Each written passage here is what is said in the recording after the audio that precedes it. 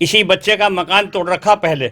इसकी बराबर में और भी लोगों के मकान हैं, हिंदू भाइयों के भी मकान है, लेकिन इसका मकान टूटा हुआ है, लेकिन आज तक किसी ने कुछ नहीं करके दिया। इसका वकील का मकान वकील टूटा का मकान टूटा हुआ है। जी वकील, आप कुछ कहना चाह रहे थे, आपका मकान तोड़ा गया, उसके बारे में आपने कुछ तो बताया नहीं।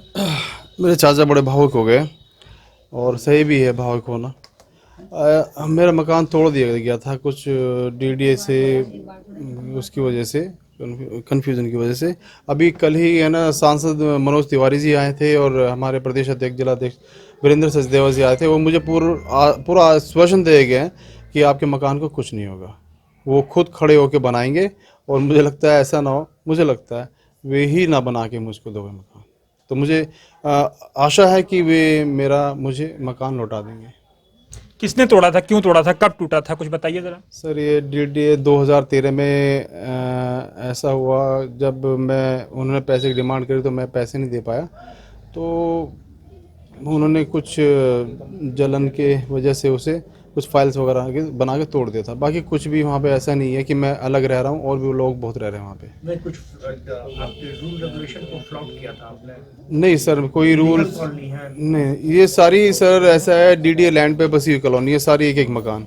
बट होता है सर, जिसको टारगेट कर लिया जाता है तो फिर टारगेट करने की वजह क्या, आप लोकल पॉलिटिक्स में इन्वॉल्व रहते हैं?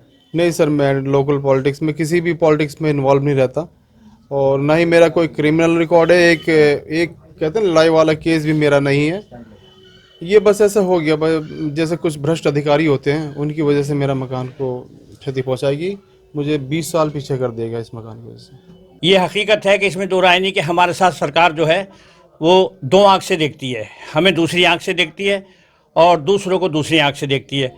और ये एक बहुत बड़े दुख की बात है, अफसोस की बात है, लेकिन हमें इस चीज़ से कोई फ़र्क नहीं पड़ रहा। और जो जैसा करेगा वो वैसा भरेगा। ये राजनीति की जो बातें हैं वो यहाँ कहना ठीक नहीं है, वरना इनकी जो सोच है वो अच्छी नहीं है। हाँ। तो मतलब कहने का ये है कि वहाँ और लोगों के मकान भी हैं, हिंदू भाइयों के मकान भी हैं, लेकिन इसी बच्चे का मकान तोड़ा और एक आध मकान तोड़ा। लेकिन ये एक सियासत वाली बात है, ये राजनीति की बात है। लोग जो हैं अच्छा नहीं करते, या तो सभी के तोड़ते हमें कोई दुख नहीं था, लेकिन इस बच्चे का मकान तोड़ा, हमें उसका बहुत दुख है। तो हम ये चाहते हैं, देखिए इसका परिवार है, इसके बच्चे हैं, इसके लिए अगर कुछ अच्छा किया जाए, सरकार अच्छा करे, दिल्ली सरकार करे या सेंट्रल सरकार करे या एमपी करे या एमएलए कोई भी करे। इन्हीं लोगों के अंडर में वो टूटा है, बीजेपी के अंडर में। और किसने तोड़ा है? मकान इन्होंने तोड़ा, एमसीडी ने। हाँ, एमसीडी क्या है, और बहुत सारे विभाग हैं, सब मिलके तोड़ते हैं। मतलब कहने का इस बच्चे का मकान तोड़ा, हमें बड़ा दुख है, बड़ा अफसोस है। तो मैं यही कहूँगा, एक तो इस बच्चे के लिए जो है मकान की सोची जाए। दूसरी चीज़, ये जितने भी लोग हैं ये सब मजदूर हैं, इनके लिए कोई ऐसा काम करना चाहिए जो सरकार के लिए इतना बड़ा काम करा, देश के लिए इतना बड़ा काम करा, इनके लिए कोई ना कोई ऐसा हिल्ला होना चाहिए जो इन्हें कुछ अच्छा मिल जाए, तनख्वाह मिल जाए, थोड़ी बहुत पेंशन टाइप की एक चीज़ फिक्स हो जाए। जी, क्योंकि ये देखिए, इनके पास कोई महल तो है नहीं, इनके कोई फैक्ट्री नहीं है, इनके कोई बिजनेस नहीं है, ये तो एक मजदूर आदमी सारी। तो इनके लिए कोई ना कोई पेंशन टाइप ऐसी चीज़ हो जाए भाई। और अगर कोई मेरा ख्याल से दूसरा आदमी होगा या कोई हमारा हिंदू भाई होगा तो उसके लिए मेरे ख्याल से बहुत सारी चीज़ें हो जाएंगी, उसके लिए मदद भी मोटी दिलेगी जी। लेकिन इनके लिए ना तो दिल्ली सरकार अभी कुछ दे रही और ना ही हमारे ये जो है सेंट्रल सरकार के लोग। अब ये 25,000 में क्या होता, 25,000 है क्या? 25,000 तो खर्च हो जाएंगे आदमी के आने जाने में और खाने में पीने में।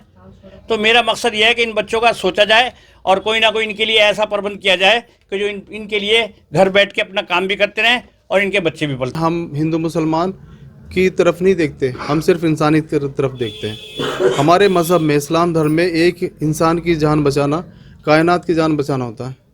तो हमसे तो ऊपर वाले ने इतना बड़ा काम लिया है, दुनिया कह रही अच्छा काम है, बहुत अच्छा काम है, हमें भी उनसे देख के लग रहा है कि हमने बहुत अच्छा काम कर दिया। तो सर ये तो कुछ लोग हैं जो हमारे आपस में ये कड़वाहट पैदा कर रहे हैं। वहाँ इतने लोग थे, उन्होंने बहुत प्यार दिया। यहाँ कुछ लोकल लोग भी मौजूद हैं। चाचा, आपका क्या नाम है, आप क्यों आए हैं यहाँ पे, कैसे आए?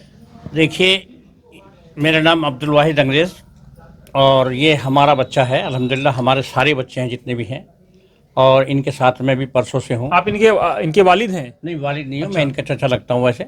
अच्छा। और दूसरी चीज़, सभी का चाचा लगता हूँ इन बच्चों का, सब हमारे अपने हैं। और देखिए, इन लोगों ने जो भी किया है ये एक बहुत अच्छा किया, और ये हमारे बच्चों की बहुत अच्छी सोच है कि इन्होंने ये नहीं सोचा कि हम हिंदू या मुसलमान, अगर ये सोचते तो वहाँ ना जाते, पहली बात। दूसरी बात ये कि इन्होंने हमारे कॉलोनी का नाम किया, पहला नंबर हमारी संसद का, इसका विधानसभा का हमारे नाम करा, दिल्ली का नाम करा, और दूसरी चीज़ ये पूरे इंडिया में इन्होंने माशाल्लाह एक ऐसा नाम किया कि जिससे हमें फ़ख्र है अपने बच्चों पे, सभी बच्चों पे माशाल्लाह।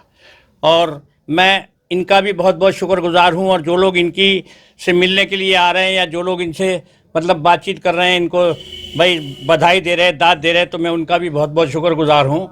और देखिए हमारे लोगों में जो है, कोई भी हो हमारे कौम का आदमी, वो ये नहीं सोचता कि ये हिंदू या मुसलमान, वो यही सोचता है कि किसी भी तरीके से हम इसके साथ अच्छा करें, और अच्छा ही करना एक इंसानियत का फ़र्ज़ है। इंसानियत ही वो है जो किसी के लिए अच्छा सोचे, बुरा सोचने वाला बेकार है।